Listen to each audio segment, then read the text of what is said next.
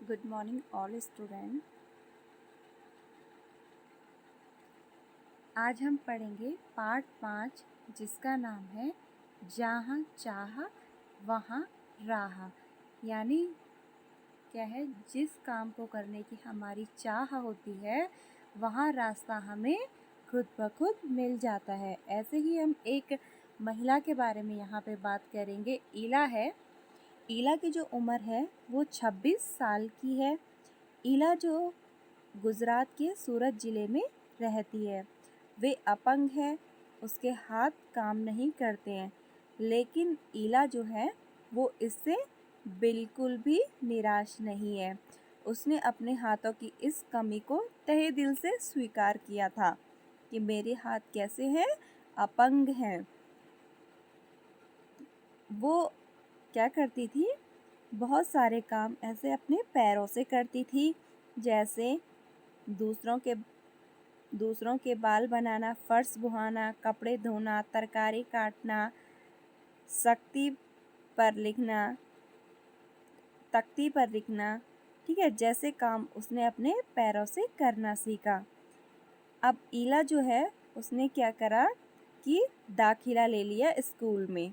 ठीक है, पहले तो सभी उसकी सुरक्षा को लेकर बहुत चिंतित थे, फिर उसके काम की गति को लेकर काफ़ी चिंतित थे, लेकिन ईला जिस फुर्ती से काम करती थी, उसे देखकर सभी हैरान रह जाते थे। कभी कभी किसी काम करने में ईला को ज़रूर परेशानी आती, लेकिन ईला इन परेशानियों के आगे झुकने वाली नहीं थी।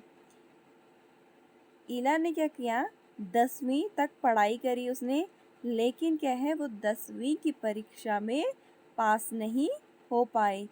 क्यों नहीं हो पाई? क्योंकि दिए गए समय में क्या है, ईला अपना पेपर नहीं कर पाई थी।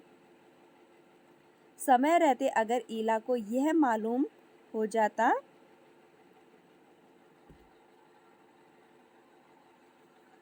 समय रहते ईला को अगर यह मालूम हो जाता कि उसे ऐसे व्यक्ति की सुविधा मिल सकती थी जो परीक्षा में उसके लिए लिखने का काम कर सके, तो शायद ईला जो है उसे असफलता का मुंह नहीं देखना पड़ता। वो इस बात से बेहद दुख है कि अगर समय रहते मुझे पता चल जाता कि मुझे क्या है, ऐसे आदमी की सुरक्षा मिल सकती है, वो मेरे बदले लिख सकता है। ठीक है, इस बात का ईला को ज़रूर दुख है।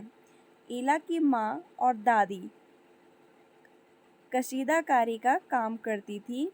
वह उन्हें सुई में रेशम पिरोने से लेकर और बूटियां उकेरते हुए देखती थी।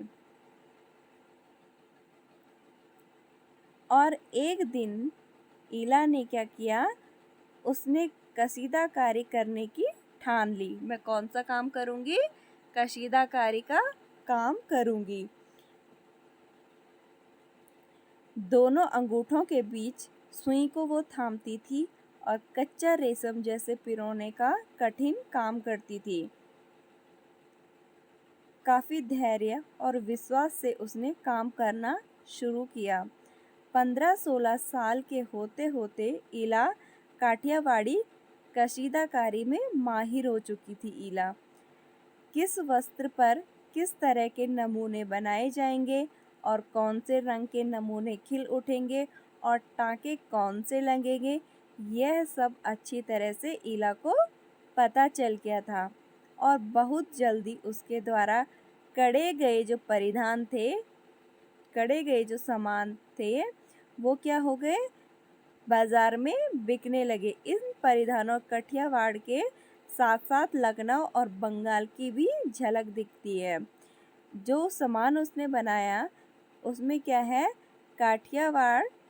काठियावाड़ और लखनऊ बंगाल की भी झलक दिखती है।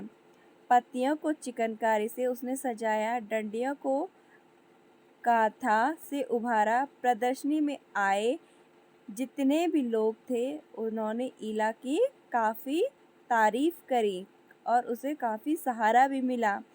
ईला इस प्रकार क्या हुआ, इस प्रकार इला जहाँ चाह वहाँ राह जैसी उक्ति को 100% चरितार्थ करती है। वह सबके लिए एक प्रेरणा का स्रोत भी है। ठीक है, वो सभी के लिए एक प्रेरणा का स्रोत भी है। इसीलिए कहा जाता है कि जिस काम को करने की हमारी चाह होती है उसमें क्या है, हमें रास्ता खुद ब खुद ही मिल जाता है। ठीक है, थैंक यू।